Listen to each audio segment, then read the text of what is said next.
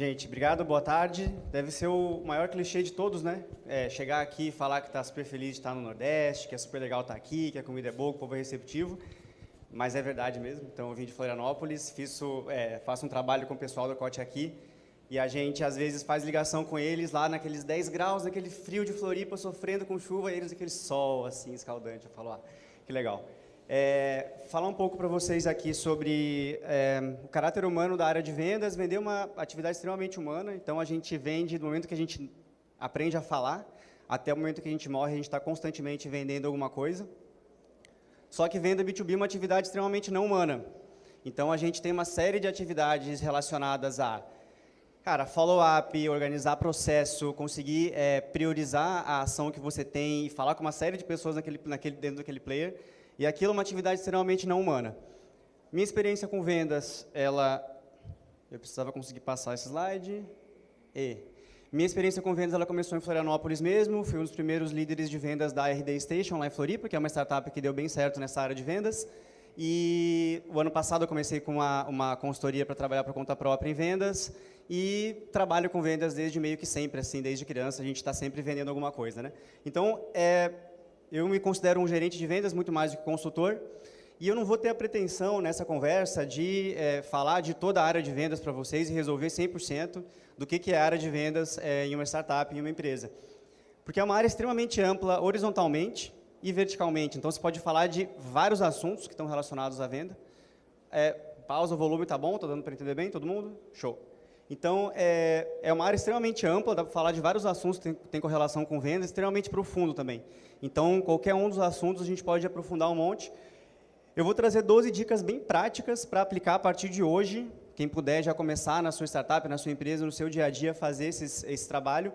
Em 3 assuntos bem simples, que é processo de vendas, como que a gente se conecta emocionalmente com o cliente, e um pouco de dicas, estratégias para quem já está num processo de crescimento na sua empresa, ou se você quiserem aplicar também para o governo, também às vezes dá. Eu nunca vendi para o governo ainda, mas de repente chegou a hora. Então, primeira dica, criar um processo de vendas rápido. Aquele triângulo ali, ele significa que o nosso cliente está subindo no processo de vendas de baixo para cima. Então, a gravidade está agindo necessariamente contra a gente no processo de vendas.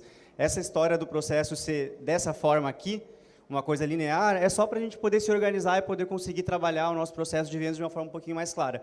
Mas, na verdade, todas as operações de vendas que funcionam bem, elas compartilham uma série de características em comum. Então, elas têm gatilhos bem definidos, elas são centradas no cliente, elas estão preocupadas em oferecer valor em cada interação, e cada interação a gente precisa fazer com que a pessoa se mova de baixo para cima. Então, primeira dica bem prática, crie um processo de vendas confiável, repetitivo, escalável, que vocês possam gerenciar de uma forma simples. Como é que eu faço isso? Principalmente com gatilhos de passagem de etapa de funil. Então, primeira dica bem fácil assim para fazer já amanhã, cara. Vou começar a vender. O que é o meu processo de vendas? Quais são as minhas etapas? Já começo a se preocupar com isso a partir de amanhã. Segundo, qualificar com precisão. Esse é o maior edifício do mundo, é o elevador mais longo do mundo, então o famoso elevator pitch, que todo mundo conhece. Esse seria um elevator pitch um pouco mais longo. Então, uma dica importante é assim, se você tivesse mais ou menos 10 minutos conversando com o seu prospect ideal, eu falei assim, cara, tem esse cara aqui que falou que tem a demanda que vocês oferecem, que vocês resolvem, conversa com ele aí, vê se você consegue falar com ele.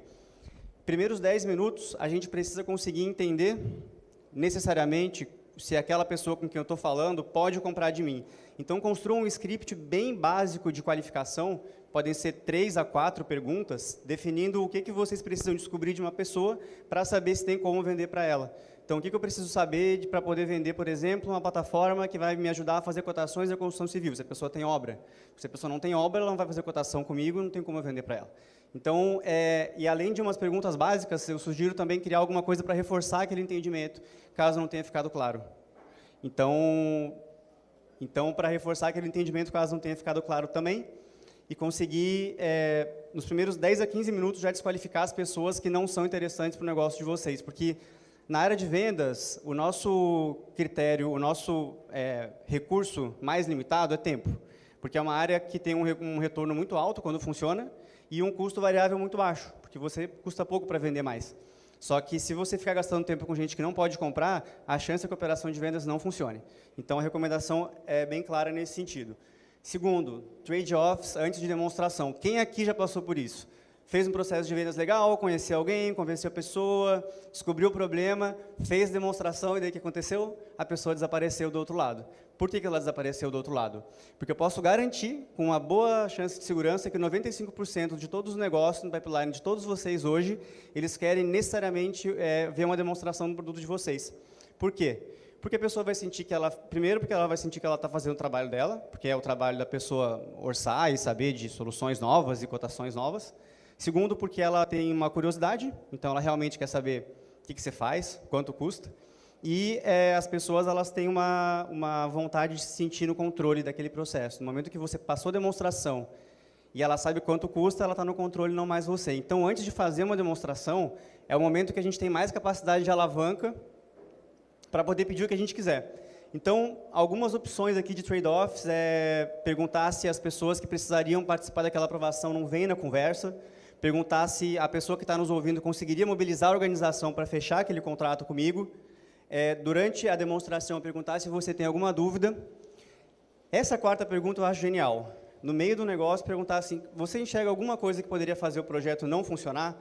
Nisso, a pessoa abre todo o leque de objeções que ela jogaria para você no final do processo, que impediria você de fechar aquele negócio. E também alinhar o próximo passo, depois dessa primeira conversa. Então, evitar aí deixar os leads desaparecerem depois da demonstração, fazendo alguns trade-offs. Nessa nossa área, quarta dica, tá? Nessa nossa área de vendas e marketing, aquisição de clientes, todo mundo gosta de benchmark, né? Mas quanto que é uma taxa legal? Quanto que eu deveria esperar no meu funil de vendas? E a resposta nossa da área geralmente é assim, não dá para saber, depende. Mas eu vou passar uns números para vocês de referência. Então, o funil de vendas, no momento que a pessoa entra no CRM até o momento que ela sai, tentem mirar alguma coisa em torno de 20% a 25% de taxa de conversão total. Em relação a pré-vendas, mirar alguma coisa em torno de 50 ligações por dia, e alguma coisa em torno de 100 atividades, 100 a 150 atividades por dia do pré-vendas também. Então, de novo, chega amanhã e vê assim, pô, meu pré-vendas está fazendo 20 ligações, o que está acontecendo? Às vezes está em treinamento, às vezes é a natureza do negócio, mas são casos e casos. E aí, em relação ao processo e taxas e volumes, a minha principal recomendação, dica bem simples, bem prática, é olhar para o funil de vocês e entender onde é que tem oportunidade de melhorar a taxa de conversão ou melhorar o volume de trabalho. Nesse caso aqui é um funil real meu do ano passado como vendedor, então ele tem uma taxa de conversão boa, mas ele tem um problema que eu perdi só 20 negócios, isso aqui é um funil de um ano inteiro, né? Então é um volume extremamente baixo, que deveria ser melhorado nesse sentido. Eu estava fazendo outras atividades em minha defesa. Aqui o processo, de novo, estrutura de demonstração, como que a gente faz uma demonstração de software matadora? Tem um pitch deck da Zuora, uma startup americana, sinistro, eu recomendo todo mundo que puder dar uma olhadinha, está no Medium, dá uma olhadinha nesse processo. Em geral, abertura, fazer algumas perguntas-chave, contar uma situação atual, falar que tem um futuro inevitável sendo movido por alguma força de mercado, alguma força maior que a gente pode controlar, e que nesse futuro a gente vai ter perdedores, vencedores. Fazer uma passagem geral do produto, especificar nos pontos principais e passar para os próximos passos. Vai mais ou menos daquele jeito ali da direita, tá? Você vai abordar vários tópicos na investigação, então assuntos interessantes para aquelas pessoas, e na demonstração você vai começar falando das partes mais importantes. Então, erro clássico de demonstração de produto de software, confundir uma demonstração de produto com um treinamento de produto. Não tem como entediar o cliente até ele comprar, por causa que ele não quer mais te ouvir. Talvez, às vezes dá certo, mas o melhor é fazer uma demonstração bem específica para aquela necessidade que já foi percebida. Dica 6, entender a área de vendas e a relação comercial como uma decisão necessariamente emocional, uma parte do cérebro que é mais reptiliana, e a gente tem uma característica de buscar atalhos e soluções rápidas para conseguir encontrar respostas mais fáceis para perguntas mais complexas. Então, por exemplo, se alguém pergunta se você gostaria de doar dinheiro para uma determinada causa, a sua resposta não é se você gostaria de doar dinheiro para aquela determinada causa, e sim o quanto que você vai se sentir bem ou mal de não fazer aquela doação naquele momento. Então, isso eu sempre que lá em Floripa a gente tem um pouco de culpa, de ter transformado a área de vendas em uma coisa mais técnica e tentando trazer processo e método e uma coisa muito específica e investigar a necessidade e apresentar a solução, só que, cara, no final do dia a gente as pessoas necessariamente tomam uma decisão emocional, depois elas embasam aquela decisão emocional em alguma decisão racional. Então, esses dias mesmo eu falei, pô, chega de tentar achar argumento para provar a decisão que eu quero tomar em relação ao que eu quero fazer, né? Vamos fazer logo o que a gente quer. Então, isso vai acontecer em várias ocasiões. Ainda nessa área emocional, um pouco sobre objeções, tá? Existem 4 tipos principais de objeções: objeções de compra, objeções de prospecção e objeções de avanço. Objeção de compra, quando a gente pede um fechamento e a pessoa fala que não por algum motivo. Objeção de prospecção, quando a gente liga para uma pessoa pela primeira vez e não consegue gerar uma oportunidade de negócio a partir daquele contato. E objeção de avanço é quando a gente faz uma reunião de venda, tem um próximo passo e a pessoa fala que não quer, ou que talvez não, ou que não sabe como fazer. Então, e aí tem uma objeção de engodo, que a gente chama, que é de enganação, que é no comecinho da conversa. Essa é incrível, porque eu vou contando e eu vou lembrando, né, porque eu passo muito tempo vendendo, né, e com a equipe, enfim. Então, essa é incrível, porque você vai começar a apresentar alguma coisa, aí a pessoa fala uma coisa que não tem absolutamente nada a ver com o que você está falando. Eu lembro de um cara que eu tinha feito todo o processo com ele para a gente chegar lá e conseguir fazer o RD State funcionar. Aí ele falou assim, tá, mas é diferente do MailChimp? Eu falei assim, brother, é outra coisa, você não entendeu nada do que a gente falou até agora. E aí eu não sabia bem responder a objeção, mas na época deu certo. De qualquer forma, entender com naturalidade o sentimento de rejeição. Qualquer playbook de objeção, ele vai te falar assim, ah, não sinta rejeição, não é pessoal. Isso não existe. A gente vai sentir rejeição, a gente vai achar que é pessoal. Não tem muito como fugir disso pelo nosso caráter naturalmente humano. Mas fazer um mapa das principais objeções e respostas padrão. Então, as objeções elas geralmente se repetem. Então, se você ouvir um vendedor do lado que está vendendo um pouquinho mais do que você, ou o pessoal conversar entre si, vai ter algum padrão nessas objeções e criar respostas mais ou menos prontas para essas objeções com roleplay, prática, teste, teste, teste. Recomendo colocar uma pessoa numa cadeirinha aqui, por exemplo, e fazer a resposta à objeção para a equipe inteira. E para responder objeções, né, liberar espaço do cérebro para conseguir pensar e separar em basicamente 6 etapas. Primeiro, você ancora a objeção, então você mostra que você repete o que a pessoa falou, você faz uma nova afirmação para reforçar que você entendeu, faz uma exploração um pouco mais a fundo. Então, ao receber uma objeção, você tem direito, entre aspas, de fazer de 1 a 3 perguntas em cima daquela objeção que a pessoa te soltou na mesa para você rebater. Então, explora um pouquinho mais, isola aquela objeção, então fala assim, esse é o único problema que nos impede de fazer o negócio agora, ou o único motivo de você não querer falar com a gente agora é por causa disso que você falou, ou tem algum outro motivo? Porque daí, se você conseguir responder a objeção, a gente está conseguindo gerar um avanço interessante. Depois de fazer o isolamento, volta com o valor emocional, então volta com o valor que você trouxe tangível, sempre amparado por um valor emocional, para facilitar com que a pessoa se conecte com você e retoma o pedido. Para prospecção, para fechamento, são respostas e técnicas um pouquinho diferentes em cada caso. Quem quiser depois eu posso mandar alguns materiais que explicam bem direitinho. No nosso site tem algumas coisas legais também. Mas, em geral, essa estrutura ela vai ajudar vocês a planejar uma forma de responder objeções. Escrevam, treinem, isso vai ajudar, cara, radicalmente. Antes aqui eu estava ouvindo umas ligações ali de uma agência que está fazendo umas prospecções e o problema deles é isso aqui. Eles ouvem a objeção, a gente já tem uma agência, a gente não precisa, a gente não tem orçamento, a gente não vai conseguir fazer agora. Então, e eles não estão conseguindo responder. Falar, ah, você não tem, que legal, então eu vou te mandar um e-mail. Onde já se viu isso? Vou mandar um e-mail. Isso nunca funcionou em lugar nenhum, vou te mandar um e-mail. Isso não adianta, né? Então, negócio que tem que pensar com um pouco mais de cuidado. Algumas dicas para quem está buscando crescimento. Então, um dos principais desafios, né, o pessoal fala na área de vendas que os 2 principais problemas de um pipeline de vendas são bem simples. É como encher o pipeline e como esvaziar o pipeline. Então, se vocês olharem para o funil, para o CRM de vocês hoje, qualquer um que seja que vocês usem, quando eu falo CRM, pode ser um CRM profissional ou os post-its na parede, já usei, também funciona quando a gente está começando, não tem dinheiro para contratar um CRM. Para encher o pipeline, é o principal desafio. Esse gráfico, a gente tem uma sales lump, que é um tradicional problema de baixa de vendas. O que acontece? A gente está no nosso dia a dia de vendas, que é um dia a dia cansativo, exaustivo, às vezes tem que ter uma resiliência a mais que a gente não tem, a gente começa a se questionar se aquele produto vai funcionar, etc, etc, etc. E a gente para de prospectar, e a gente começa a procrastinar aquela prospecção, e a gente para de prospectar, e a gente começa a atrasar, e aí quando a gente vê, a gente deixou para depois. Só que o problema é que ao parar de prospectar hoje, eu não paro de ver o resultado de vendas hoje, eu paro de ver o resultado de vendas de acordo com o tempo do meu ciclo de vendas, que pode ser 15, 30 ou até 6 meses em alguns casos, ciclos de vendas maiores. Então, para pensar em pipeline, sempre ter algumas dicas, algumas formas bem práticas de encher pipeline, pensando em indicação, referral e usar uma série de canais diferentes para conseguir colocar a gente nesse pipe. Aqui tem algumas coisas bem práticas, tá? Para encher pipeline, então deixar horas fechadas para prospecção ao longo do tempo. Então, 1 ou 2 horas por dia. Está muito ruim esse microfone? Está sem carga? Eu estava falando sem microfone? Sem microfone? Não dá, né? Vamos lá. Deixar algumas horas fechadas para prospecção ao longo do tempo, das semanas.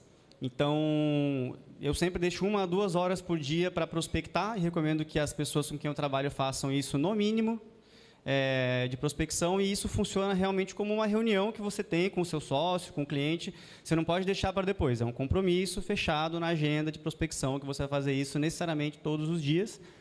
Construir também um script para pedir indicação.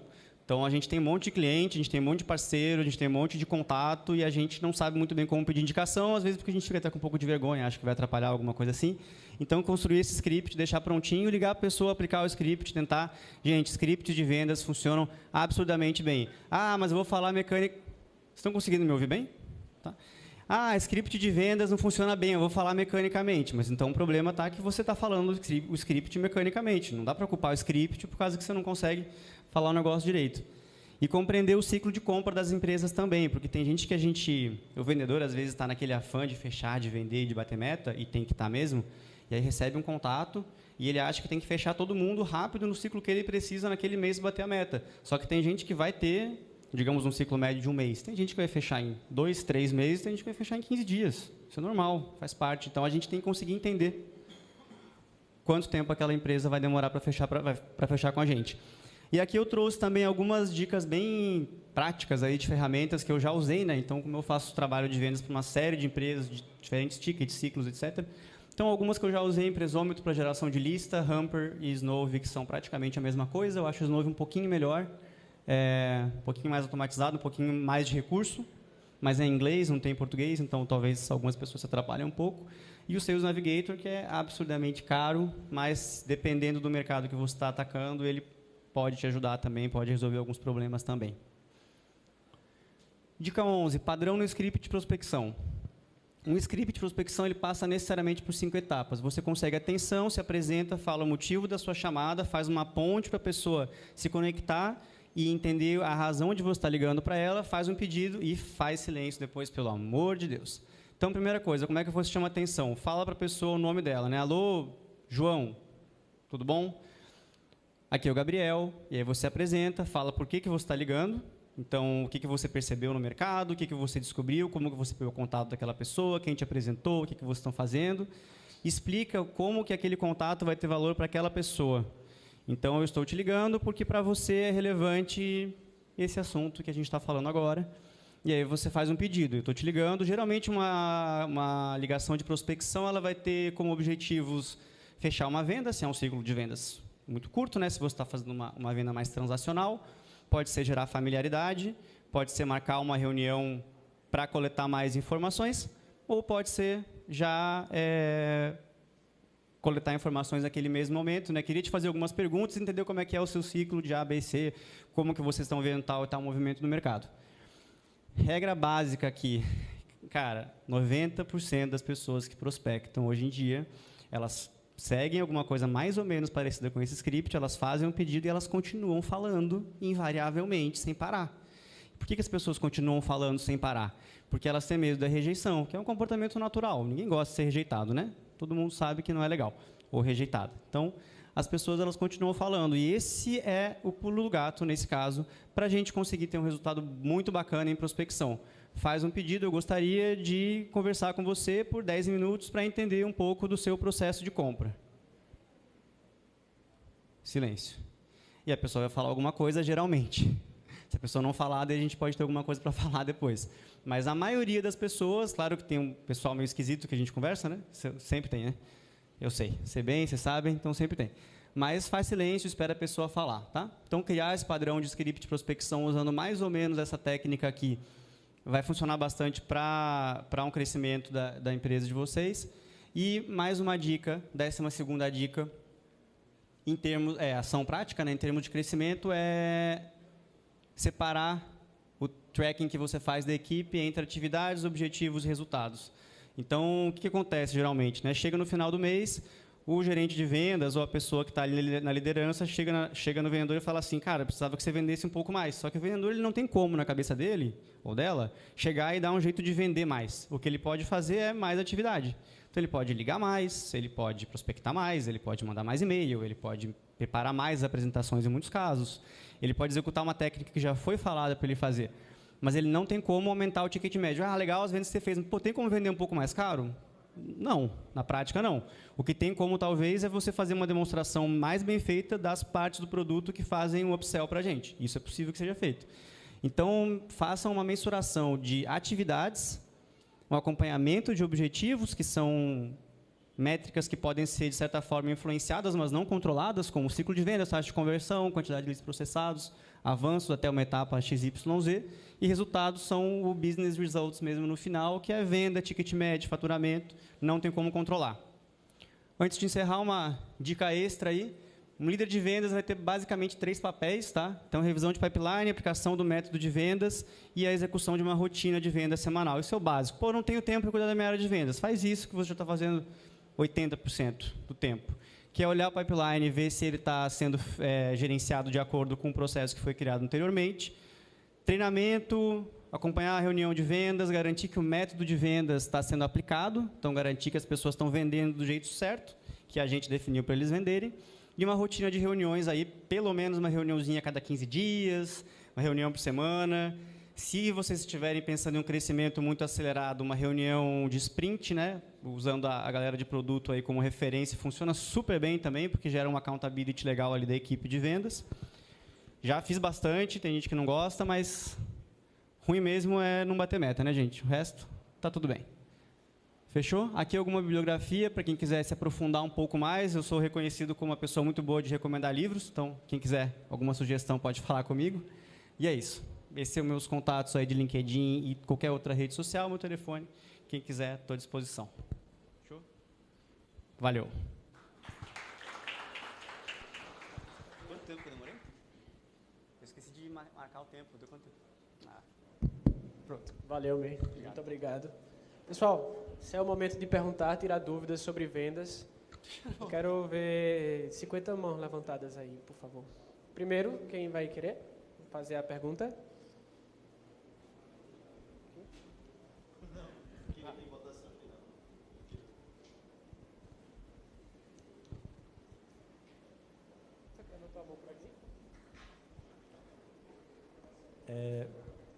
Você falou ali da ferramenta do LinkedIn. Eu queria saber, a gente usa ela hoje, mas ainda não está tendo uma conversão muito boa. Eu queria saber se tem algum modelo ideal ou outra ferramenta melhor para se utilizar, já que ela não é tão barata assim. Do LinkedIn, né? Cara, o modelo ideal não tem, depende um pouco do caso. Tem algumas regras que funcionam na maioria dos casos, como, por exemplo, você fazer uma cadência com contatos em outras redes também, além do LinkedIn. Esse é um negócio que pode funcionar bastante. Então, usar esses Nove aí que eu mostrei para captar o e-mail do pessoal no LinkedIn e mandar e-mail para eles.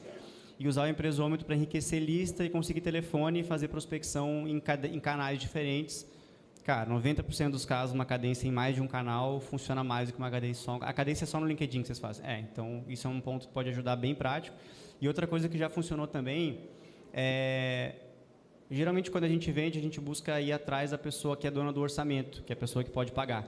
De repente, é atrás do que a gente chama de mobilizadores. São pessoas que são, talvez, usuários do seu produto ou pessoas que podem influenciar o seu produto e não necessariamente o cara que vai comprar, a pessoa que vai comprar o produto no final. Então, talvez descer um pouquinho, aumentar a quantidade de pessoas. Qual que é o ticket, mais ou menos?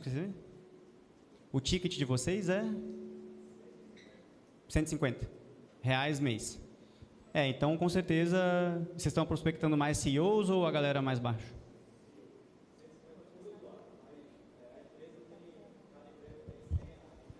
Não, então ticket alto.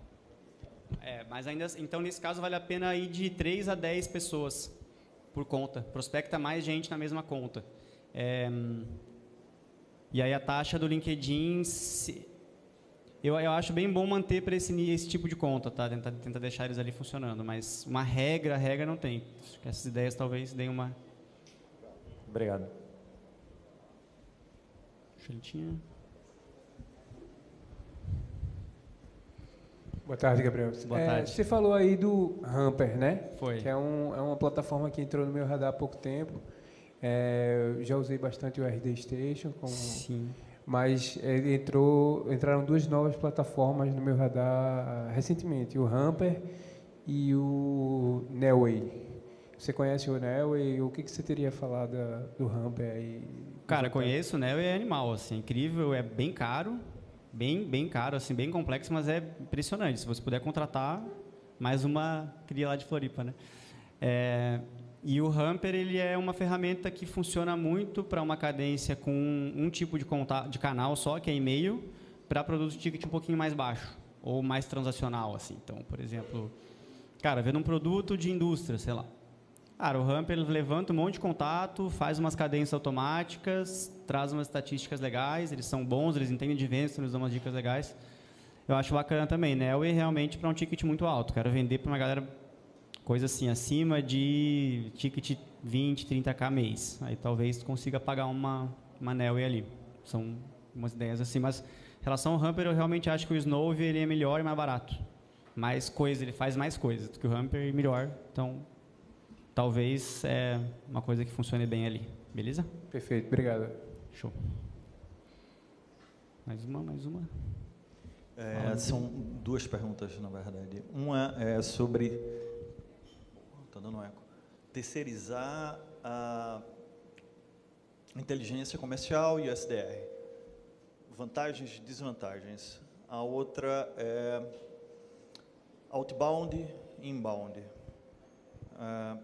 Eu tenho uma solução que é complexa, ticket médio alto. Testei inbound, não funcionou. E eu queria que você até desse esse recado aí. Enfim, o que é que você acha sobre isso? Sim.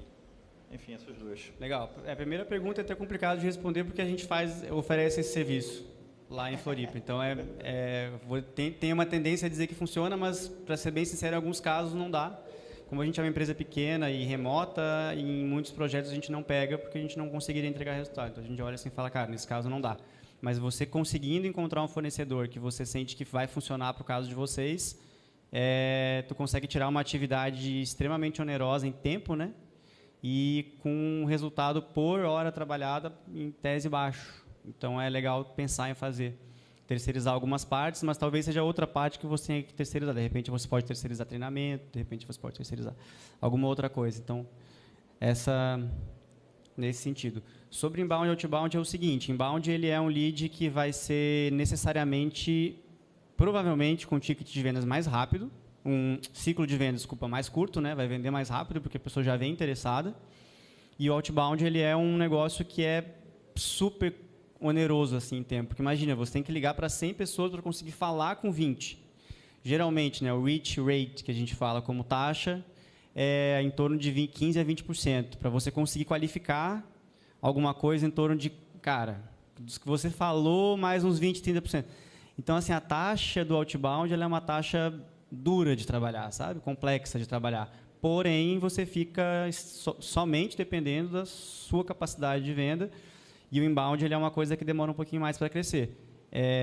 Bom, eu trabalho com inbound faz um tempo já, né? Já vendi inbound desde 2012, vendendo projeto de inbound para uma galera de todos os tipos. Inclusive, a primeira vez que eu vim aqui em Pernambuco foi no RD On The Road, no evento ali. Funciona super, eu acho que é um negócio que... as coisas elas interagem muito, porque tu fez uma ligação para uma pessoa que nunca te viu na vida, e aí o que ela vai fazer se ela se interessou? Provavelmente no teu site. Talvez ela esqueça, mas talvez ela volte. Então, eu acho que o inbound hoje ele se tornou, de certa forma, meio que a porta de entrada. Você tem que ter pelo menos alguma coisa no seu site rodando para que aquilo ali faça sentido junto com uma estratégia de outbound. Então, a recomendação principal é fazer um pouco de todas as estratégias de aquisição, porque elas se conversam. Legal. Fechou? Legal. Obrigado pela pergunta.